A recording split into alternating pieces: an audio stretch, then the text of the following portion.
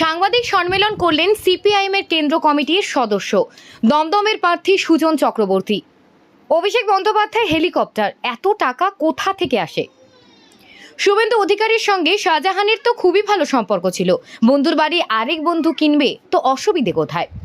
মুখ্যমন্ত্রী এখন বলছেন এক দেশ এক ভোট মানবেন না। আমরা প্রথম দিন থেকেই বলে আসছি, সুপ্রিম কোর্টের প্রধান বিচারপতিকে যে চিঠি দেওয়া হয়েছে তা খুব তাৎপর্যপূর্ণ। সন্দেশখালীতে পুলিশ একসময় কোনো অভিযোগ দেয়নি, এখন বাধ্য হয়ে নিচ্ছে। আমরা চাই ব্যবস্থা নেওয়া হোক। আমরা তো বহুবার রাজ্য সরকারের কাছে দাবি করেছি, শ্বেতপত্র প্রকাশ করলেন না কেন? তাপস রায়ের অভিযোগ, আসলে ওই কেন্দ্রে দুজনেই বিজেপি প্রার্থী, কেউ প্রকাশ্যে কেউ গোপনে। রামনবমীর নাম করে যাতে কেউ গন্ডগোল করতে না পারে, আমাদের সবার দায়িত্ব নিতে হবে। বিজেপির কোনো নেতার হেলিকপ্টার কেন চোখে পড়ে না কেন্দ্রীয় সংস্থার? অভিষেক ব্যানার্জিরাও হেলিকপ্টার চপার, মুখ্যমন্ত্রী helicopter, Abhishek Banerjee helicopter, BJP নেতাদের হেলিকপ্টারে ছড়াছড়ি। অন্তত 45 দিনের জন্য হেলিকপ্টার ভাড়া, ডেইলি অ্যাভারেজে অন্তত হলেও 3 ঘন্টা ভাড়া দিতে হবে, তার চেয়ে বেশি সময় থাকলে বেশি সময় ভাড়া দিতে হবে। ঘন্টায় 3.5 লাখ টাকা ভাড়া, ডেইলি মিনিমাম 10 লাখ টাকা ভাড়া। 45 দিনে 4.5-5 কোটি, তার চেয়ে আরো বেশি। মাগনা টাকা, নিজের যোগ্যতার টাকা, লুঠের টাকায় ভাগ বসিয়ে চপার ব্যবহার করে মানুষের উপরে দাপট দেখাচ্ছে। এই টাকার সূত্র কি তা খুঁজে বার করা জরুরি।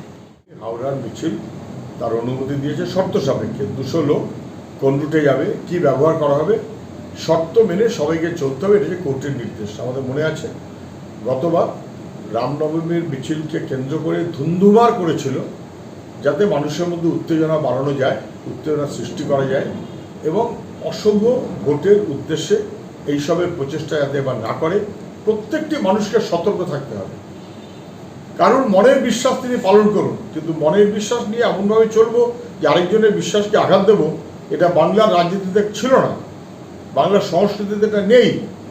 এমনকি রামনবমী নিয়ে এই যা চলছে একটা কম্পিটিশন, উনি রামনবমী করলে আমি হনুমান জয়ন্তী করবো, তৃণমূল অথবা বিজেপি এই যে পারস্পরিক চলছে, এটা খুব বিপজ্জনক হচ্ছে। আমরা সমস্ত মানুষের কাছে আবেদন করব, সতর্ক থাকুন, সচেতন থাকুন। কেউ যেন কোনোভাবে মানুষের মধ্যে বিচ্ছেদ, বিভেদ, বিভ্রান্তি বাড়াতে না পারে। যদি হয় তাহলে সবাইকে রুখে দাঁড়াতে হবে। কোনোভাবে মানুষের উপর আক্রমণের কোনো শক্তিকে আলাদা করা যাবে না। হঠাৎ করে গতবারের মতন একটা বাইনারি তৈরি করার প্রচেষ্টা চলছে। পশ্চিমবাংলার ভোটে হেলিকপ্টারের ছড়াছড়ি। দিল্লির শাসক দল তারাও হেলিকপ্টার, আর রাজ্যে তো আঞ্চলিক দল, তারা তো হেলিকপ্টারের পয়সা পাচ্ছে কোত্থেকে?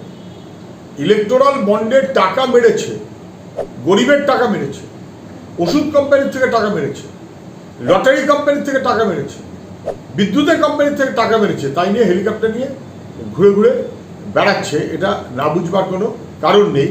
এবং এখন একটা বাইনারি ভাব, দিল্লি দিচ্ছে যে আমি করবো কি। তো এতদিন কি করছিলে বাবা?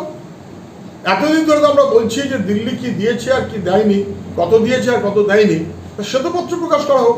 রাজ্য সরকার তো আজ পর্যন্ত কোনো শ্বেতপত্র প্রকাশ করেনি। দিল্লি টাকা না দিয়ে লোপাট করার তালে আছে, রাজ্য টাকা যা পাচ্ছে সেটা লোপাট করার তালে আছে। শ্বেতপত্র প্রকাশে কারোর আগ্রহ নেই।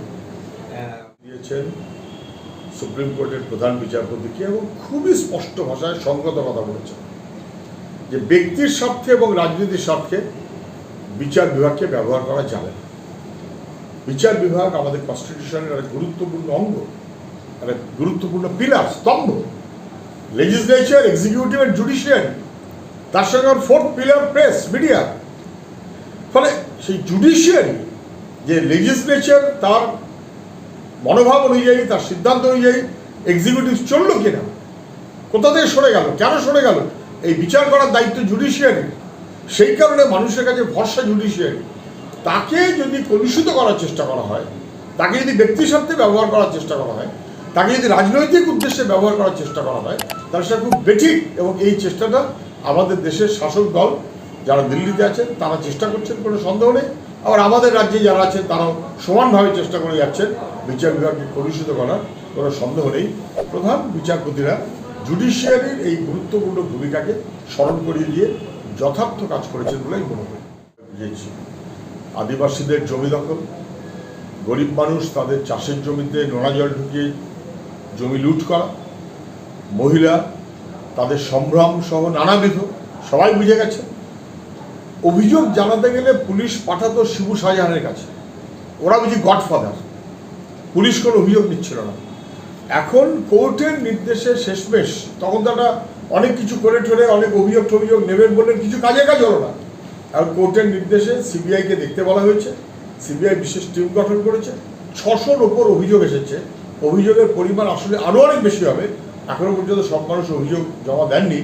একটা ব্লকেই যদি 600-র ওপরে অভিযোগ আসে, যেখানে পুলিশ নিরুত্তর থেকেছে, চুপ করে থেকেছে, প্রশ্রয় দিয়েছে দুর্নীতিগ্রস্তদের, তাহলে পশ্চিমবাংলায় সব মিলিয়ে অভিযোগের পরিমাণ কত কত? মুখ্যমন্ত্রী উত্তর দিন, তিনি পুলিশের মন্ত্রী। গোটা পশ্চিমবাংলার জায়গায় জায়গায় সন্দেশখালী হয়ে রয়েছে তৃণমূলের কথাগুলোতে। প্রকাশ্যে বলেছেন, কিনতে চাইলে প্রকাশ্যে বলতে হয় না, কেনার ব্যবস্থা করতে হয়। শেখ শাহজাহান মানে তো অভিষেকেরও ঘনিষ্ঠ, শুভেন্দু অধিকারীরও ঘনিষ্ঠ। শেখ শাহজাহান মানে মমতা ব্যানার্জির ঘনিষ্ঠ, দারুণ ভালো ছেলে, ভোট ভালো করে মমতা ব্যানার্জির কথায়। তাহলে সেই মমতা ব্যানার্জির যিনি সহযোগী, তিনি আবার শুভেন্দুরও বন্ধু, শুভেন্দুকে তিনি দাদা বলতেন। অনেক প্রকাশ্য ছবি আছে। বন্ধুর বাড়ি বেহাত যাতে না হয়ে যায়, সেই কারণে বন্ধুর বাড়িতে গিয়ে আস্তানা কাটতে চান শুভেন্দু, যাতে বন্ধু অন্তত বাড়তি বিপদে না পড়ে।